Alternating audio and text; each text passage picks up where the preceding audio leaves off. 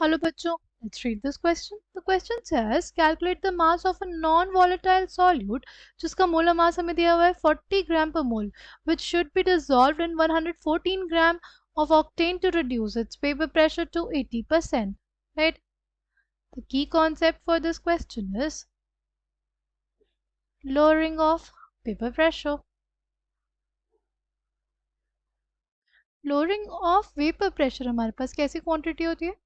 वो हमारे पास होती है एक कोलिगेटिव प्रॉपर्टी। कैसी प्रॉपर्टी होती है? Colligative property. वो डिपेंड करती है नंबर ऑफ पार्टिकल्स पे और ना कि नेचर ऑफ पार्टिकल्स पे। राइट नाउ अगर हम लोग बात करते हैं relative lowering of vapour pressure की, relative lowering of vapour pressure, वो हमारे पास क्या होता है? वो हमारे पास होता है lowering of vapour pressure.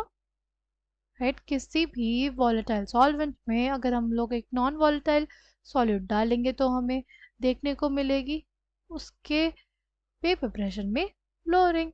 Right, तो मेरे पास क्या हो जाएगा? P not minus P which is the lowering in vapour pressure. अगर हम लोग उसका पी नॉट के रिस्पेक्ट में स्टडी करेंगे तो उसको हम लोग बोलेंगे relative lowering of vapour pressure. It is basically equals to mole fraction of B, right, mole fraction of the solute which we have added. Okay, now यहाँ पे पी नॉट क्या है? पी नॉट हो जाएगा हमारे पास जो वेपर प्रेशर होगा प्योर सॉल्वेंट का, पी हो जाएगा vapour pressure of the solution form after adding non volatile solute to the pure solvent. P nought मैंने आपको बता दिया। काय भी हमारे पास क्या है? मोल फ्रैक्शन ऑफ द सॉल्यूट है। राइट नाउ अगर हम लोग इसमें बात करें, हमें क्या दिया हुआ है? हमें मास ऑफ सॉल्वेंट दिया हुआ है कितना? 114 ग्राम। हमें मोलर मास ऑफ सॉल्यूट दिया हुआ है कितना? 40 ग्राम पर मोल। हमें ये बोला हुआ है कि जो हमारा सॉल्वेंट है उसका वेपर प्रेशर कितना होना चाहिए? 80% हो जाना चाहिए। 80% ऑफ द जो हमारे पास सॉल्यूशन बनेगा उसका जो वेपर प्रेशर आना चाहिए वो आना चाहिए 80% of the vapour pressure of pure solvent. यानी 80% को क्या लिख सकते हैं? 80/100 पी नॉट। क्या हो जाएगा ये? 8/10 पी नॉट के बराबर है ना। नाउ अब इसको क्या लिख दें?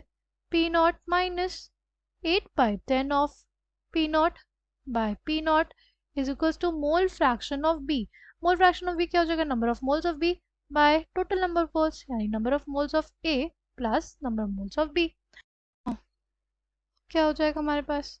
हमारे पास हो जाएगा पी नॉट माइनस 8/10 को क्या लिख सकते हैं? 0.8 P not by P not. Right, हमें निकालना होगा number of moles of solute. Right, तो क्या हो जाएगा? उसका मास हमें नहीं पता इसलिए x bye it's molar mass which is 40 ग्राम पर मोल बाय x/40 प्लस हमारे पास मास ऑफ सॉल्वेंट दिया हुआ है विच इज 114 ग्राम। अगर इसका मोलर मास निकाले तो हमें क्या दिया? ऑक्टेन, और ऑक्टेन का फॉर्मूला क्या हो जाता है? C8H18। राइट, तो 12 8 जा 96 प्लस क्या हो जाएगा हमारे पास? 18। राइट, 1 इंटू 18 कितना आ गया? ये हमारे पास आ जाएगा 114 ग्राम पर मोल। राइट, तो बेसिकली हमारे पास क्या आ जाएगा? बेसिकली हमारे पास हो जाएगा x/40 bye x/40 plus 1। Right, अब इसको फर्दर सॉल्व करेंगे तो हमारे पास क्या आ जाएगा? हमारे पास आ जाएगा x/40 बाय x प्लस 40/40 है ना। 40 कट जाएगा और हमारे पास क्या बच जाएगा? हमारे पास बच जाएगा x/x प्लस 40। किसके बराबर आ जाएगा ये? ये हमारे पास आ जाएगा x/x plus 40 is equals to कितना? 0.2 P not by P not. Right, अब पी नॉट से पी नॉट कट जाएगा, क्या आ जाएगा हमारे पास? हमारे पास आ जाएगा x is equals to 0.2 into x plus 40 into 0.2, हमारे पास 8 आ जाएगा। राइट, हो जाएगा 0.08 x माइनस 0.2x क्या हो जाएगा 0.8x इज इक्वल्स टू 8।